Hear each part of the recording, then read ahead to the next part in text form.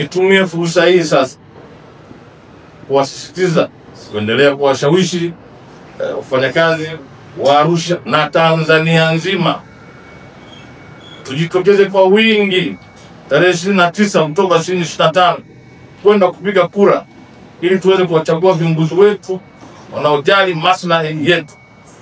Nirejee kauli mbiu yetu ya Mei Mosi 2025 ilisema hivi: uchaguzi mkuu wa 2025 utuletee viongozi wanaojali haki na maslahi ya wafanyakazi.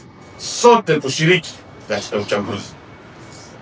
Kupiga kura ni haki yako, na mimi niwahakikishie tuko salama. Tarehe 29 tujitokeze, usilale nyumbani, nenda kapige kura. Baada ya kufanya shughuli na mimi siku kwanza kama pumziko, kapigeni kura tarehe 29, tuwachague viongozi ambao una uhakika ukienda kuzungumza jambo linatekelezwa, viongozi ambao sauti yenu ambao sisi tunaitoa kwa niaba yenu, kwa niaba ya wafanyakazi nchi nzima, wanatusikiliza. Solidarity forever. Imani yangu kwamba wafanyakazi wa Tanzania, wafanyakazi wa mkoa wa Arusha tutajitokeza siku ya tarehe 29 kwenda kutekeleza haki yetu ya msingi ya kupiga kura.